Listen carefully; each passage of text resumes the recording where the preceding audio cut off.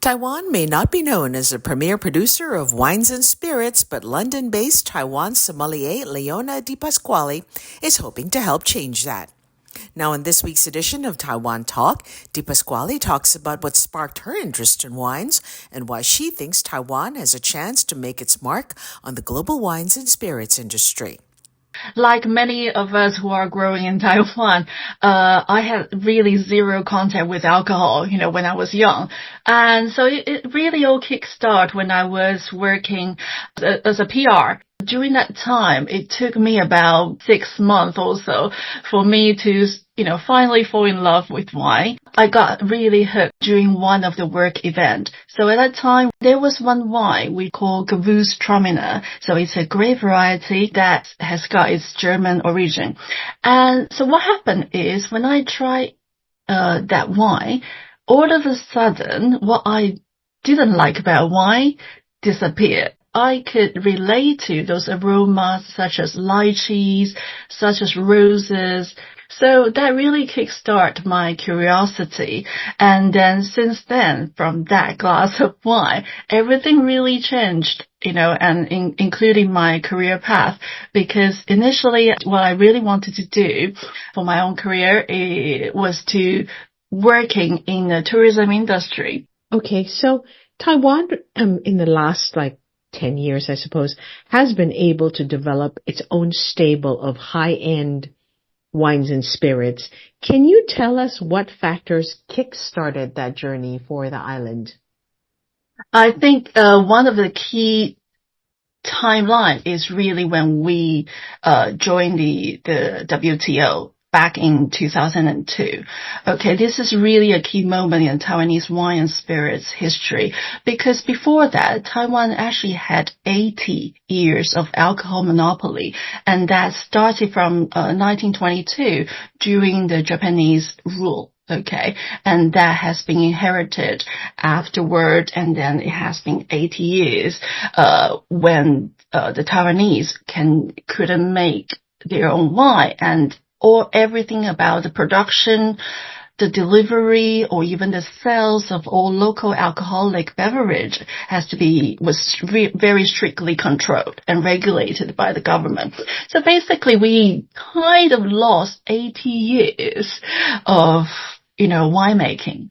But a couple of years before joining the WTO, the government started relaxing the rules and regulation, because we need to, get ready for the competition from everywhere in the world. Once the production rule has been relaxed, and then you will see that a lot of things really happen. So take one example, Kavalan whiskey. So one of the most, kind of famous brand nowadays in the world for Taiwanese whiskey. They only started production in 2006.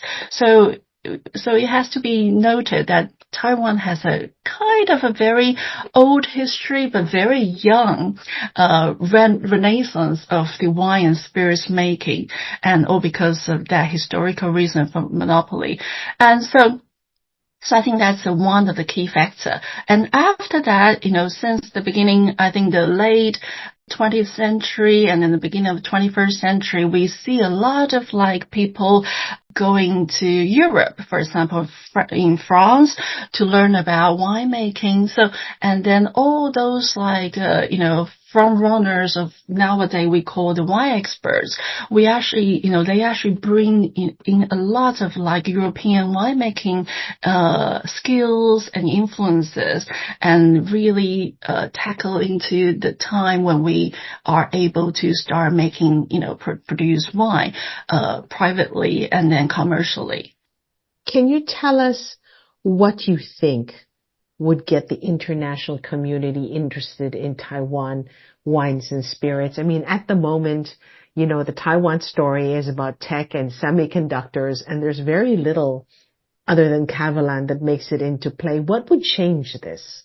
Yeah, I think first thing is the quality and the quantity. So we need to make sure that we are able to produce high quality wine that can be compete in the world of wine because and spirits because there are so many.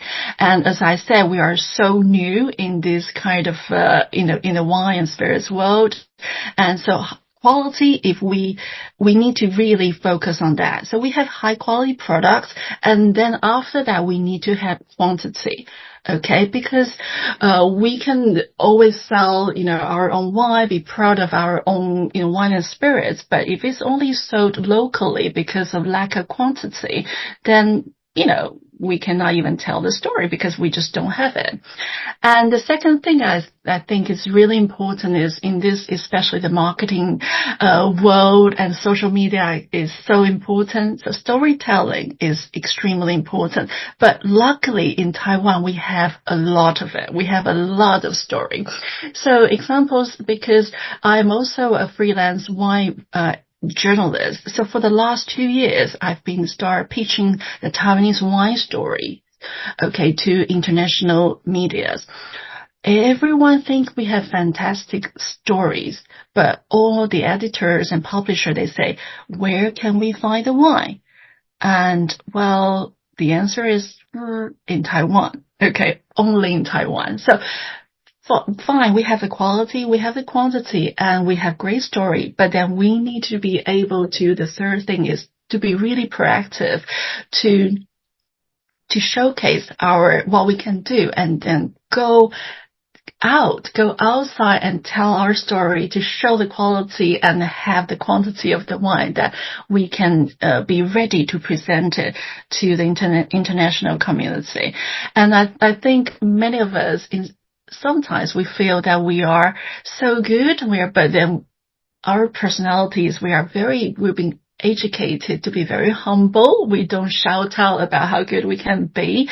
And most of us, we're probably waiting for someone to discover us. Those are story of trying to have the baller moment. So the baller story is like the horse expert, finally, recognize the potential of the horse, but we are waiting there. But what I see is we shouldn't just wait and to be discovered. We should really be proactive.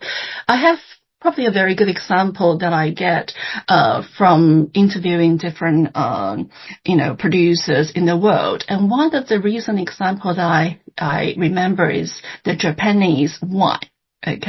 So let's take Japanese Koshu wine from Yamanashi as an example. So Yamanashi is the wine region about 100 kilometers west of Tokyo. And Koshu is a great variety that has a very long history in Japan. And so in Japan, everyone know about Koshu, maybe because of it's a table grape as well. But then, not a lot of people have tasted Koshu wine. The quality is there, is high quality. There's a story, but then, it's a very similar background in Japan and Taiwan.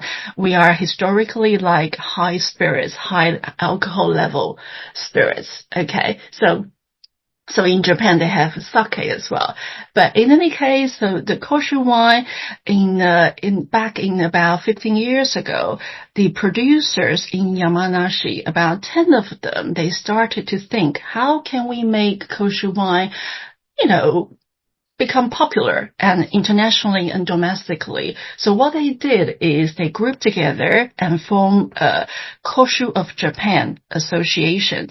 And they have a very clear strategy. They say that we wanted to make it very popular in the international community. So they chose one country, to be their focus. And that country is UK. So they started from 15 years ago. The producers as a group, they came to London to host their wine trade tasting every year. And after 10 years, a few years after they started to make into London, then they start getting noticed. So they tell their story and people come and try their wine, and then the quality is there. And there is a story. So people start to, import the wine to the UK slowly, but gradually. And now, 15 years on, there are at least 6 UK importers. They are, they are importing the Japanese kosher to the UK. So yeah, it takes time. It takes investment. It takes energy. But if we do believe our, product, I think this is something that we can use as a very good example. Be proactive. And then the last thing is, I think, just like what the kosher producers show us, I think we are stronger together. Okay, so in a way, I think a lot of Taiwanese producers, they are fighting the international community individually. Okay, that's great. But then I think sometimes we can also think that how can we group together and we can have bigger voice together. You were listening to sommelier Leona di Pasquale. And that does it for this edition of Taiwan Talk. You can catch this episode on Spotify, Apple Podcasts, or wherever you download your podcasts. I'm Hope Ngo. Thank you for tuning in.